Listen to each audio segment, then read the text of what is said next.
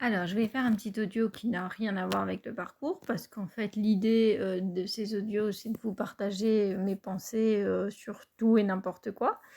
Et donc aujourd'hui, je me suis dit, j'allais faire un audio sur comment est-ce qu'on sait, par deux petits trucs, si on a confiance en soi ou pas. Alors déjà, la confiance en soi, on peut estimer qu'il y a une confiance en soi avec un degré général de confiance, mais souvent, la confiance en soi, c'est par rapport à un aspect bien spécifique.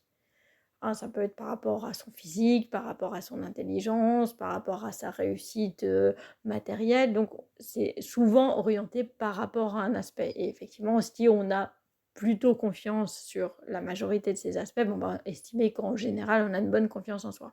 Mais là, on va vraiment déterminer par rapport à un aspect bien particulier, comment savoir si on a ou pas confiance en soi, si on a une mauvaise confiance en soi, si on a une surconfiance en soi ou si on a juste la bonne mesure.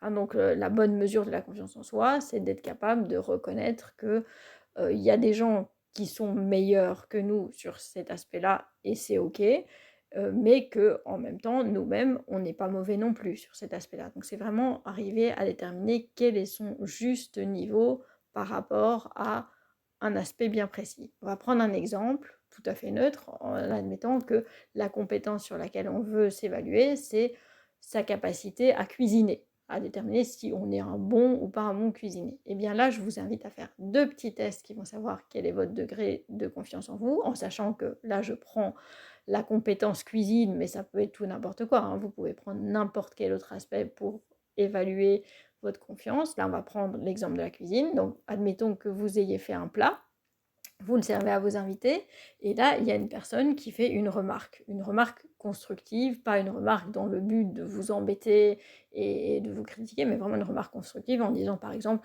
ah bah tiens, c'est bon, mais ça manque de sel. Comment est-ce que vous réagissez?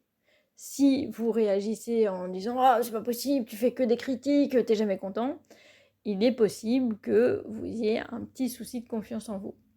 Si vous réagissez en vous dévalorisant, c'est-à-dire en disant ah t'as raison, c'est vrai, ça manque de sel, je suis vraiment nulle, j'arrive pas à épicer correctement, je suis incapable de faire un plat, là aussi, il est possible que vous manquiez de confiance en vous. La bonne mesure de la confiance en soi, ce serait de dire effectivement, je reconnais, ça manque de sel, ça aurait été mieux avec un peu de sel. Ou si vous n'êtes pas d'accord, le manifester calmement et gentiment en disant bah non, j'entends que pour toi ça manque de sel, moi je trouve que c'est plutôt bien assaisonné. Mais d'arriver à garder une distance calme et neutre vis-à-vis d'une critique constructive.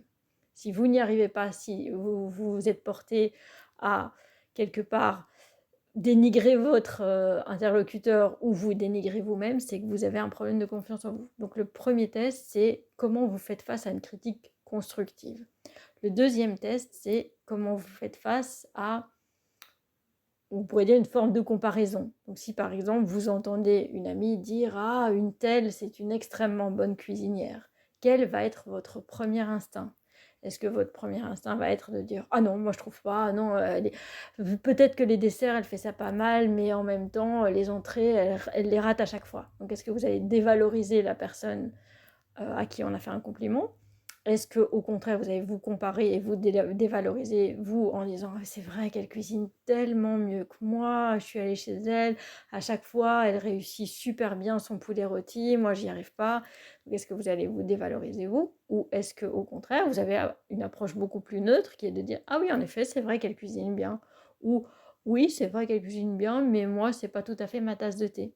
Et donc, à chaque fois, que ça soit dans une comparaison ou dans une critique, si vous réagissez d'une manière neutre et détachée, on peut penser que votre niveau de confiance en vous par rapport à cet aspect-là est plutôt bon. Si vous dévalorisez l'autre ou si vous vous dévalorisez vous-même de manière spontanée, on parle de ce que vous faites spontanément sans réfléchir, eh bien on peut penser qu'il y a un problème de confiance en soi. Voilà, voilà, à bientôt!